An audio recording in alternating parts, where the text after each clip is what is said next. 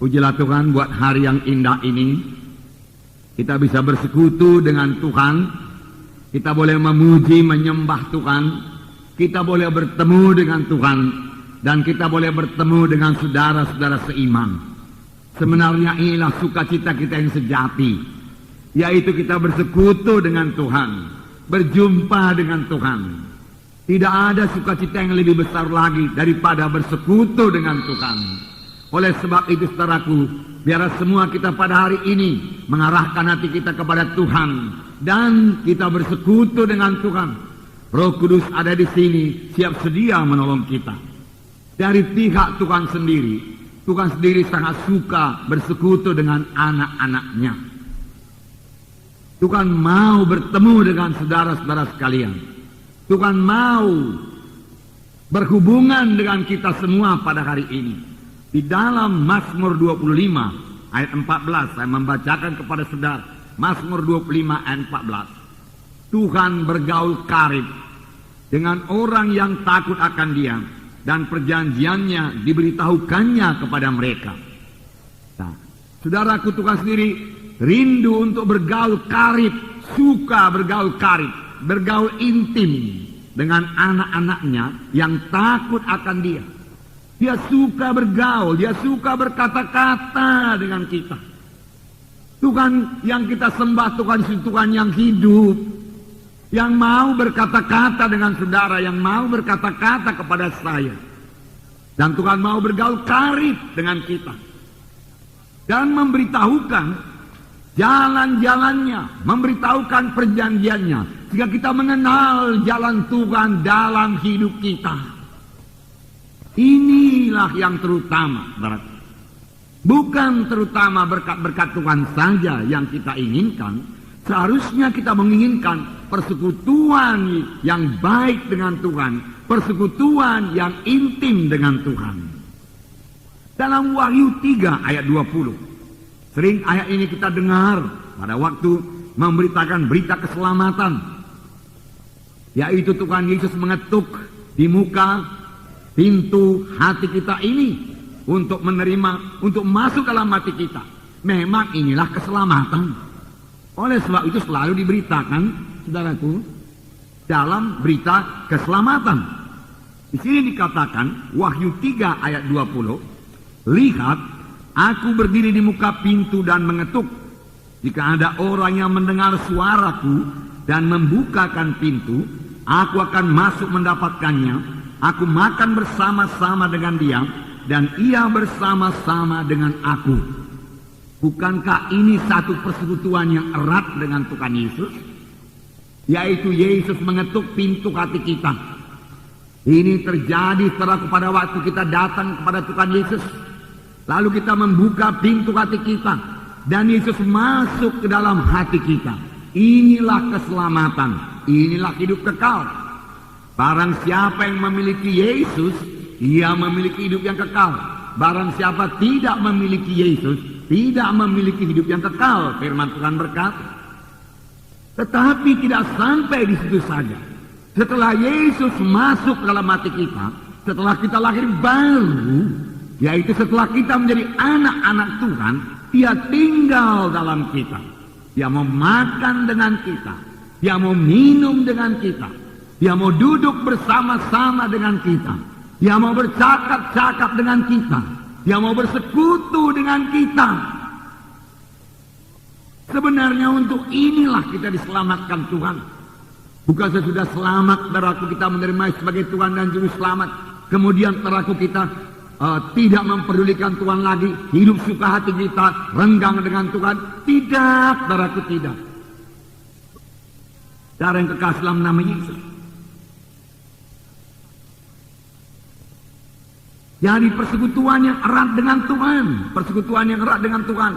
Dalam 1 Yohanes 1 ayat 3 dikatakan. 1 Yohanes 1 ayat 3. Juga dikatakan persekutuan. Apa yang telah kami lihat dan yang telah kami dengar itu, kami beritakan kepada kamu juga. Supaya kamu pun memperoleh persekutuan dengan kami. Dan persekutuan kami adalah persekutuan dengan Bapa dan dengan anaknya Yesus Kristus. Ini Yohanes menuliskan, persekutuan kami adalah persekutuan dengan Allah dan persekutuan dengan anaknya Yesus Kristus. Hubungan kami adalah hubungan dengan Tuhan dan dengan anaknya Yesus Kristus.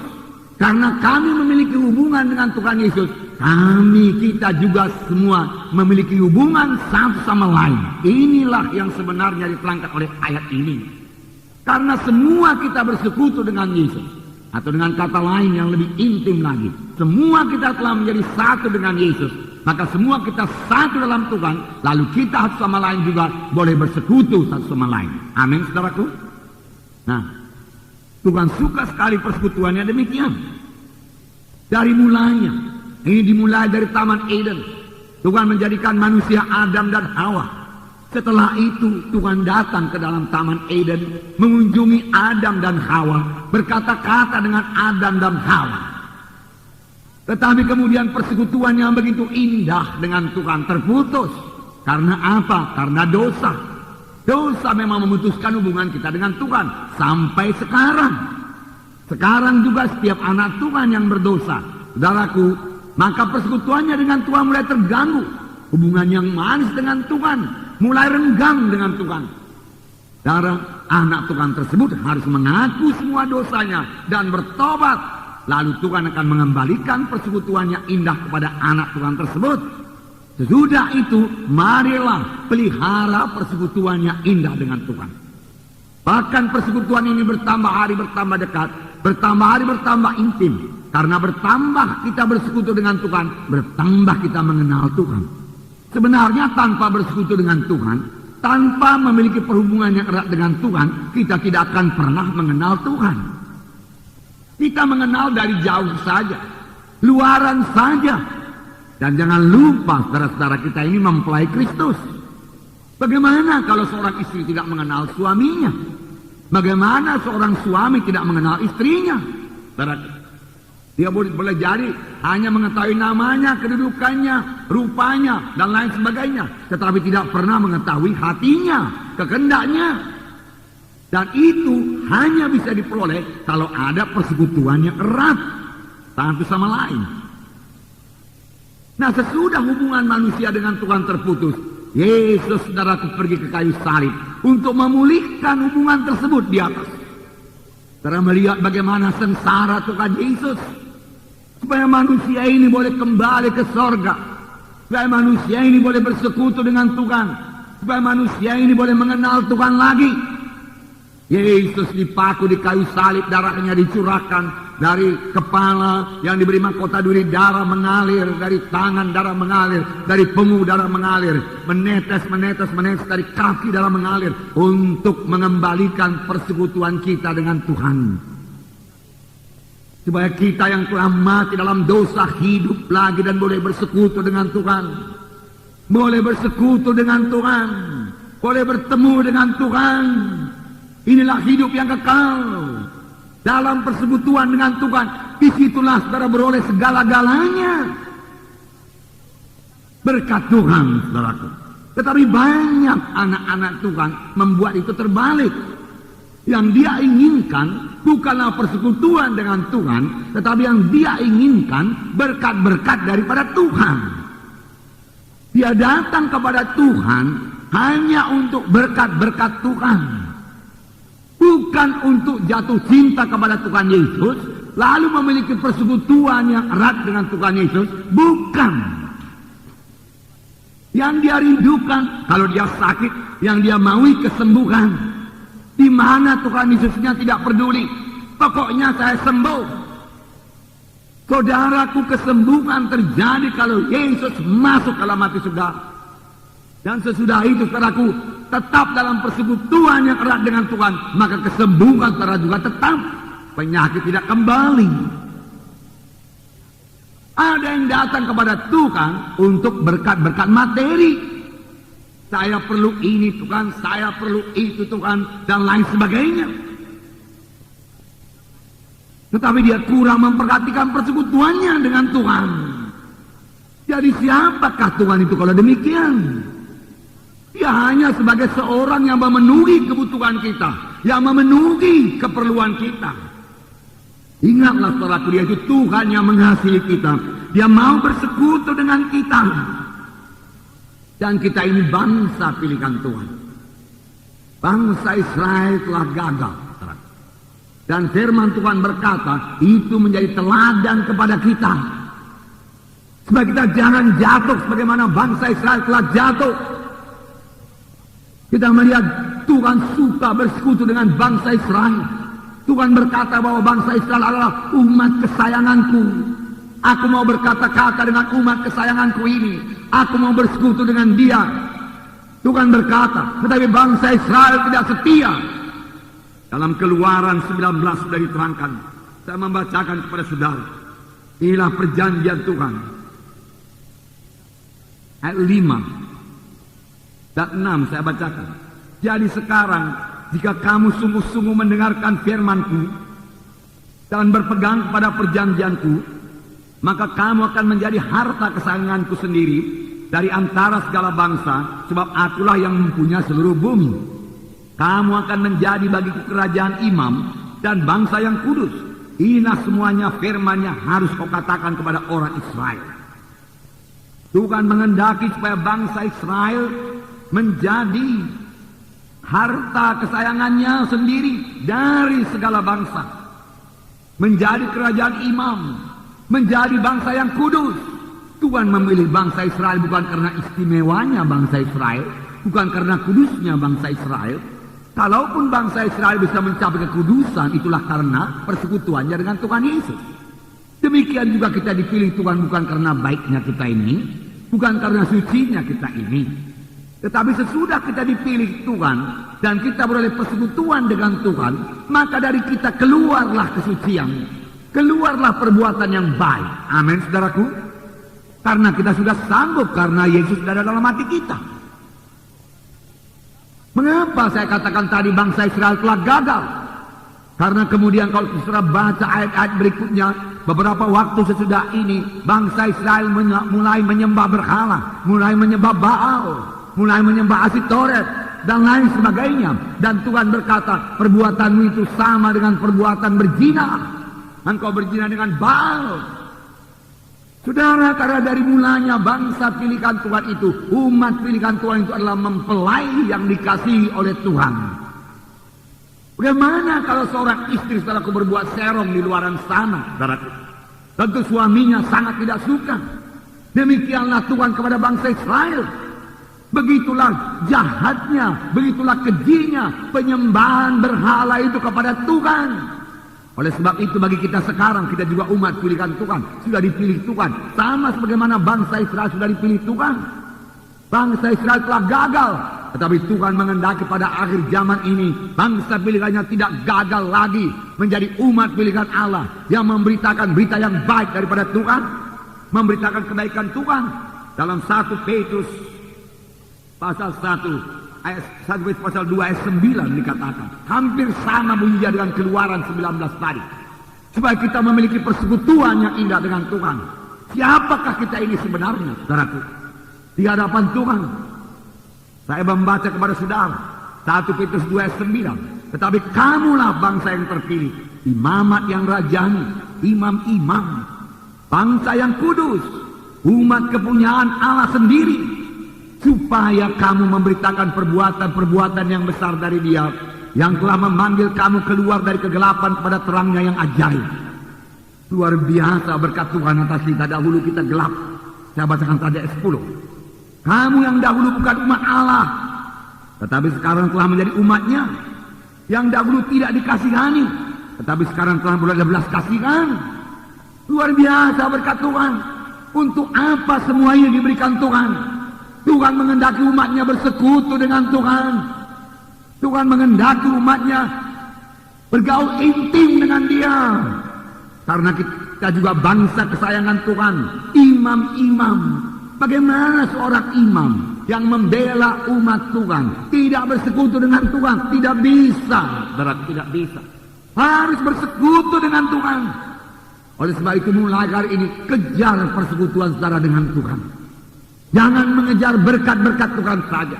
Entahkah itu berkat kesembuhan, entahkah itu berkat materi, entahkah itu berkat rohani sekalipun, saudaraku. Urapan sekalipun, saudaraku. Hanya urapan, urapi saya Tuhan, pakai saya Tuhan. Oh, beri kuasa-Mu kepada saya Tuhan. Semua saya. Tetapi di mana Yesusnya? Adakah kita mengusahakan persekutuan yang indah dengan Tuhan? Adakah kita berusaha mengenal jalan Tuhan? Mengenal Yesus lebih dalam lagi? Mengenal jalan-jalannya? Mengenal kehendaknya? Sebenarnya untuk itulah kita dipanggil Tuhan, supaya kita kenal Yesus, bersekutu dengan Dia. Bukannya tahu namanya saja, saudaraku, tapi tadi mana Yesusnya nggak tahu. Saudaraku, itu sangat menyedihkan. Banyak orang Kristen demikian, menyebut nama Yesus, pergi ke gereja, tapi dia nggak tahu di mana Yesus. Apakah dalam hatinya atau tidak pun dia tidak tahu. Apakah dia sudah bertemu dengan Yesus pun dia tidak tahu, saudaraku. Bagaimana beroleh hidup yang kekal demikian? Nanti akan kita baca ayat yang mengatakan, inilah hidup yang kekal, Tuhan berkata, yaitu mereka mengenal Engkau Allah dan mereka mengenal Yesus Kristus. Bagaimana beroleh hidup yang kekal tanpa mengenal juru selamat, tanpa mengenal Yesus Kristus, tanpa bersekutu dengan Dia? Bisakah pintu surga terbuka? Tuhan menyembuhkan. Haleluya, saya percaya. Mujizat Tuhan berlangsung, saya percaya. Maksudnya supaya jiwa itu bukan sekedar sembuh saja. Maksud Tuhan supaya jiwa itu mengenal Yesus. Karena mujizat menunjuk kepada Yesus. Dan dia kenal Yesus. Dan dia ikut Yesus. Dan dia bersekutu dengan Yesus. Dan dia berkata-kata dengan Yesus. Dan dia bergaul intim dengan Yesus. Dan bertambah hari bertambah kenal kepada Yesus. Dan jatuh cinta kepada Tuhan Yesus. Amin. Haleluya. Nah, itulah kehendak Tuhan, saudaraku, dalam hidup kita. Nah, saudara yang kasih dalam nama Yesus, sayang sekali banyak anak Tuhan kurang memperhatikan persekutuannya dengan Tuhan. Yang mereka inginkan hanya berkat-berkat saja dari Tuhan. Mereka mau supaya Tuhan memenuhi semua kebutuhan mereka. Jadi kalau demikian, siapakah Tuhan itu kepada mereka? Hanyalah sebagai Tuhan yang memenuhi kebutuhan mereka, melepaskan mereka pada masa kesukaran, melepaskan mereka pada masa kesesatan. Benar, Tuhan akan memberikan itu semua. Benar, saudaraku. Tapi kalau sampai di situ saja, saudaraku, pengikutan kita kepada Tuhan, maka persekutuan kita dengan Tuhan sangat dangkal, saudaraku. Maka, saudaraku, pengenalan kita kan Tuhan sangat dangkal. Yang kita inginkan berkat-berkatnya saja. Mari kita inginkan Yesusnya, pribadinya, dan kita punya hubungan pribadi ke pribadi, person to person, relationship, saudaraku. Persekutuan dengan Tuhan. Amin, saudara. Itulah yang perlu kita bina. Itulah hidup yang kekal. Itulah berkat-berkat. Itulah kuasa. Sudah kita punya hubungan yang indah dengan Tuhan. Haleluya. Minggu yang lalu kita melihat firman Tuhan yang sangat indah, saudaraku, yaitu dalam Yohanes 15, di mana dikatakan bahwa Tuhan Yesus adalah pohon anggur, kita adalah ranting-rantingnya. Betapa intim persekutuan itu, betapa eratnya persekutuan itu. Adakah ini sudah kita miliki? Adakah kita berusaha untuk memperoleh persekutuan seperti ini?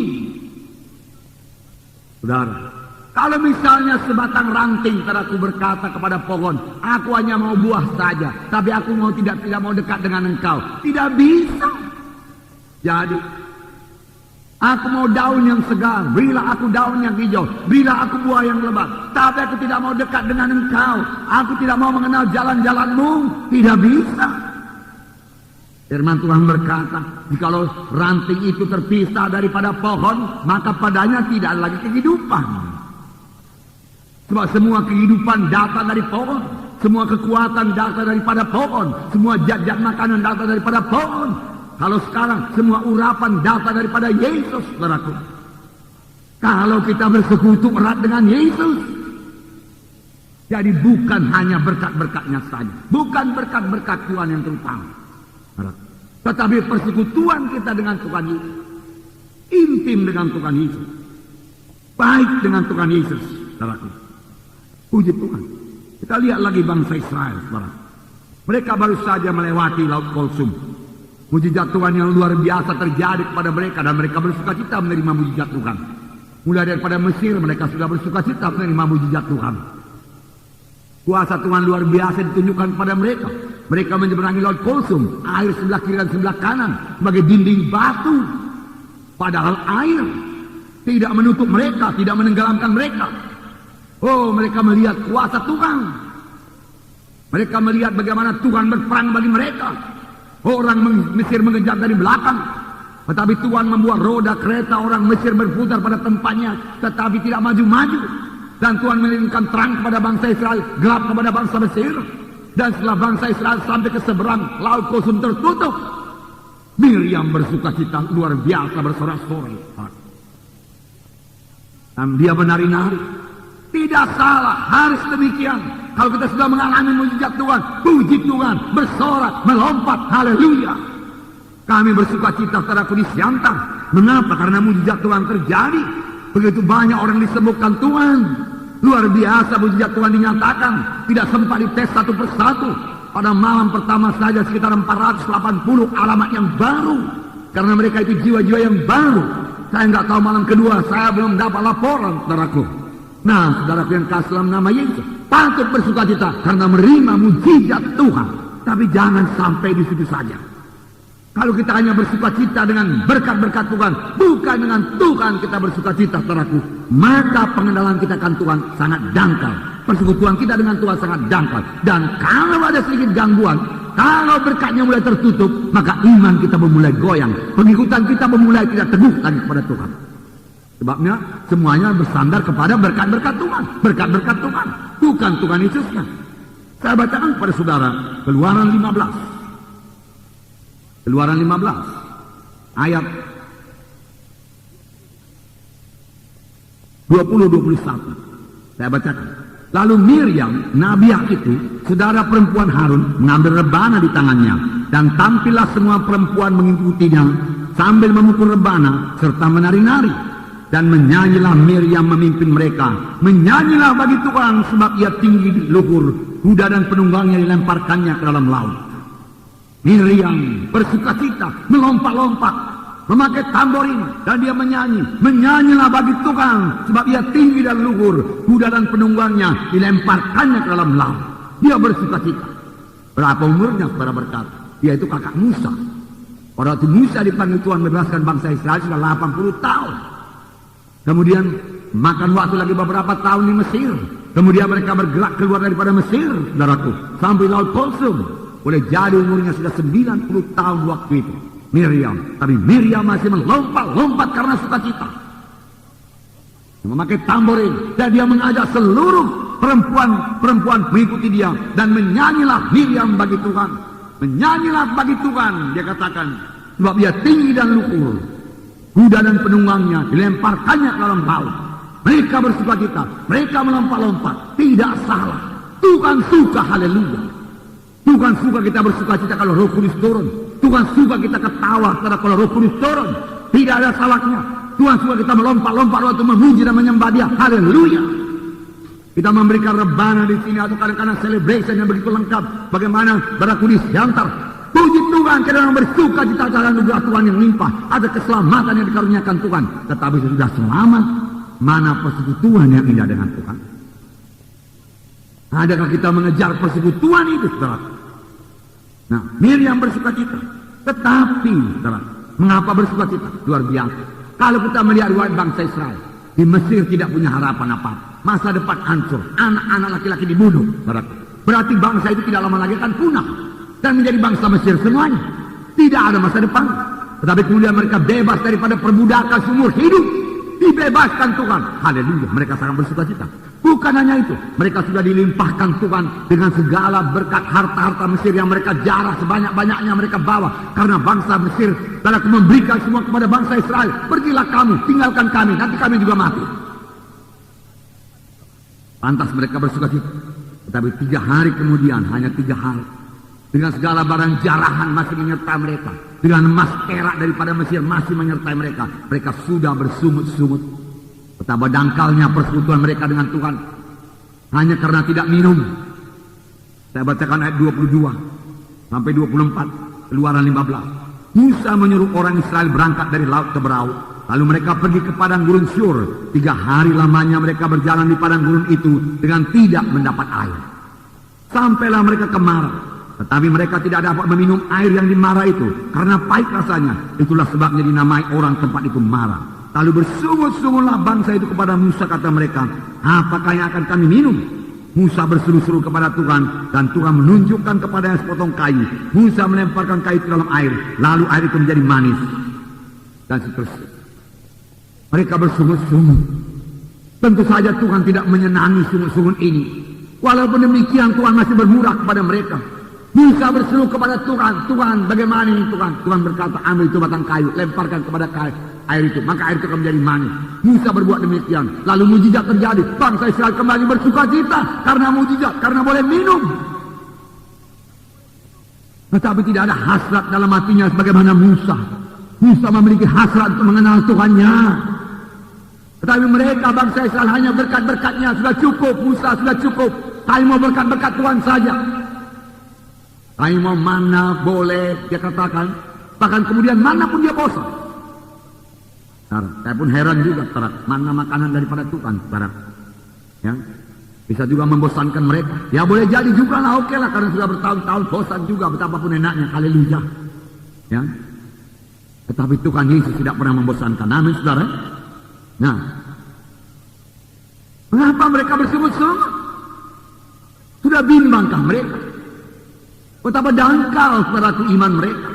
Sudahkah Tuhan berubah? Di mana Tuhan yang membelah laut Kulsum itu, saudaraku? Lalu terjadi persoalan yang kecil, air yang pahit. Mengapa mereka tidak bersandar kepada Tuhan?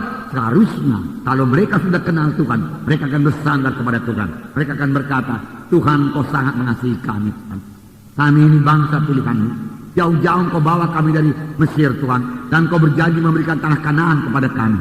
Dan kami telah melihat mujizat yang luar biasa, laut Kulsum pun Kau belah, Tuhan. Luar biasa mujizat-Mu, Tuhan. Perkara kecil lainnya, Tuhan. Kami mengasihi Engkau, Tuhan Yesus. Kami tidak akan bersungut-sungut, Tuhan. Walau sekalipun tidak minum 1 minggu ini, tidak persoalan itu, Tuhan, tidak persoalan. Tapi sedikit saja gangguan, terus bersungut-sungut.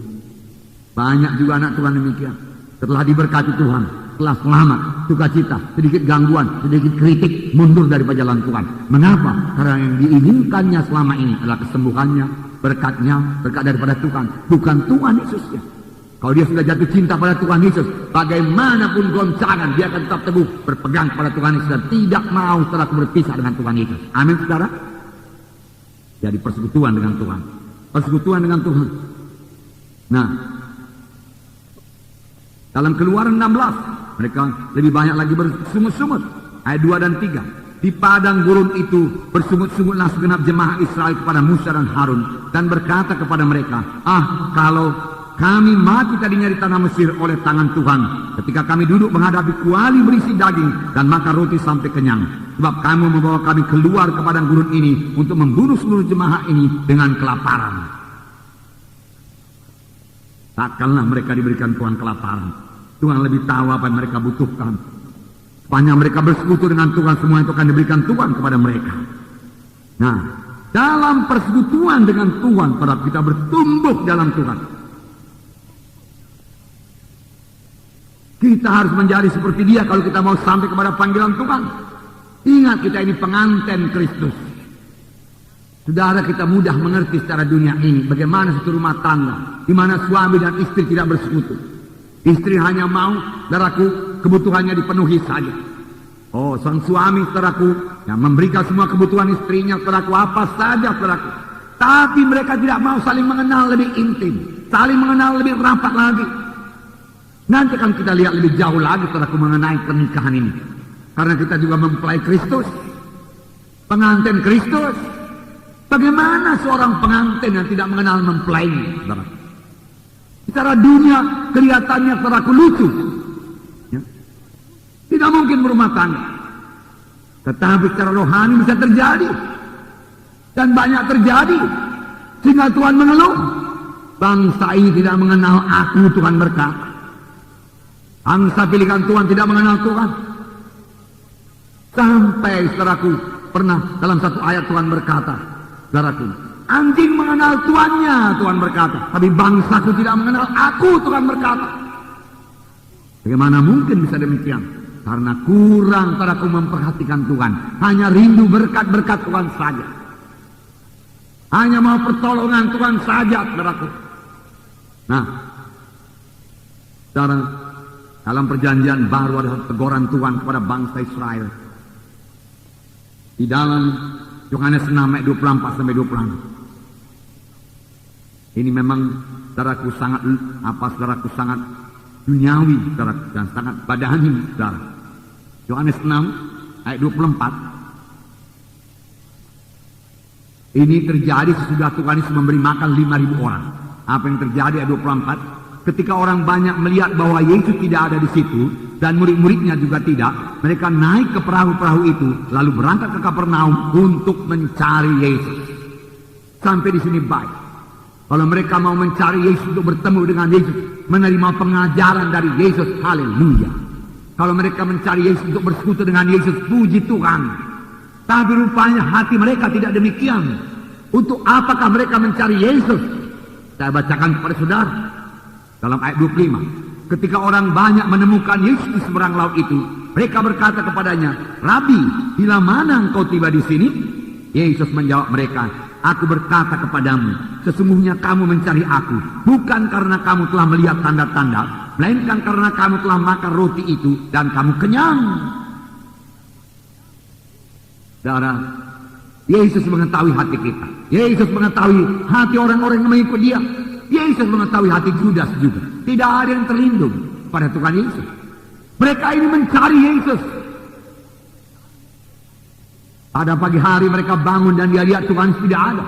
Malamnya mereka telah makan sampai kenyang. Sisa lagi 12 bakul. Tentunya roti yang sudah diberkati Tuhan adalah roti yang paling lezat. Dan itu diberikan Tuhan kepada mereka. Mereka makan semua 5.000 orang. Tambah lagi perempuan dan anak-anak boleh jadi 10.000, 15, 20.000. Boleh jadi. Semua makan. Lalu Tuhan berkata kumpulkan sisa-sisanya. Dan ada 12 bakul. Mereka bangun pagi-pagi. Mereka berpikir. Mereka sudah lapar lagi. Di manakah roti yang semalam? Sisa-sisanya pun masih ada 12 bakul. Cukup banyak ini. Mari kita cari Yesus. Mari kita cari Yesus. Lalu mereka cari Yesus. Tidak ada. Lalu mereka cari informasi ke sana kemari. Dia dengar Yesus sudah berangkat ke seberang. Lalu mereka mengambil perahu dan berangkat ke seberang. Di seberang mereka bertemu dengan Yesus. Dan dengan manis mereka berkata, Rabi, bila mana kau tiba di sini? Tetapi Yesus mengetahui hatinya. Dan Yesus berkata, aku berkata kepadamu, sesungguhnya kamu mencari aku. Bukan karena kamu telah melihat tanda-tanda. Melainkan karena kamu telah makan roti itu. Dan kamu kenyang. Saudaraku yang kekasih dalam nama ini pelajaran kepada kita, saudaraku. Saudara, Tuhan suka kalau kita mengikuti Yesus untuk menerima tanda-tanda mujizat, kesembuhan. Amin. Tetapi tidak sampai situ juga. Tanda ajaib, tanda mujizat yang diperbuat Yesus menunjuk kepada Yesus.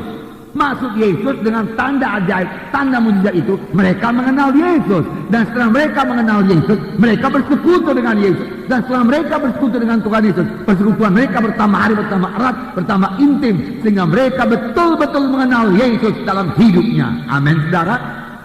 Sudahkah kita mengenal Yesus sungguh-sungguh dalam hidup kita? Adakah persekutuan kita intim dengan Tuhan? Ataukah kita hanya rindu berkat-berkat Tuhan saja? Tiap kali berdoa kita doa minta kepada Tuhan, saudaraku. Tetapi kita bukannya bersekutu dengan Tuhan dan menantikan suara Tuhan, menantikan pimpinan Tuhan. Tuhan, aku ini anakmu Tuhan, aku perlu pimpinanmu Tuhan, bicaralah kepada aku Tuhan. Itu yang disukai Tuhan. Aku mau mematuhi Engkau Tuhan.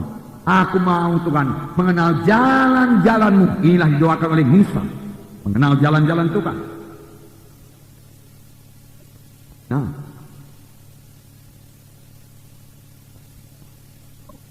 kalau kita membuka mata kita, saudara, kita akan melihat bahwa sampai sekarang banyak orang datang kepada Tuhan hanya mengharapkan berkat-berkatnya saja.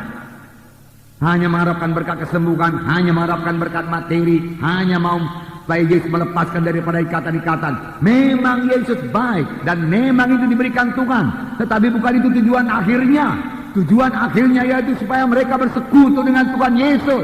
supaya mereka kenal Yesus, mematuhi Tuhan Yesus, dan dibentuk terus sehingga menjadi sama seperti Yesus. Saudara, Tuhan Yesus datang ke dunia ini bukan yang untuk memenuhi kebutuhan kita saja. Lalu kita ada keperluan, datang kepada Yesus. Nggak ada keperluan, nggak mau datang kepada Yesus. Saudara, sudah sembuh, sebelum sembuh berdoa sungguh-sungguh kepada Tuhan. Tuhan sembuhkan aku, Tuhan sembuhkan. Dan segala ayat-ayat kesembuhan kita katakan, oleh bilurmu aku sudah sembuh Tuhan. Pada waktu engkau di bumi ini engkau berjalan-jalan menyembuhkan orang sakit Tuhan. Haleluya Tuhan. Engkau tidak menilai atas rupa orang Tuhan. Tidak ada mustahil kepadamu. Aku percaya aku sembuh. Haleluya. Terima kasih Tuhan. Memang Tuhan menyembuhkan. Karena itu firman Tuhan. Amin saudaraku. Karena memang kesembuhan sudah disediakan Tuhan. Oleh bulu-bulu Yesus kamu sudah sembuh. Tetapi sampai itu sajakah maksud Tuhan? Tidak, saudaraku. Maksud Tuhan lebih jauh lagi, saudaraku.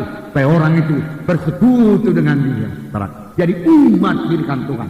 Saudara, umat harus bersekutu dengan Allahnya. Amin, saudara. Mengenal Allahnya. Buku Daniel mengatakan umat yang mengenal Allahnya akan kuat. Bukan umat yang menerima tanda ajaib, tetapi umat yang mengenal Tuhan akan kuat. Biarlah kita mengenal Yesus, saudara, lebih dalam lagi.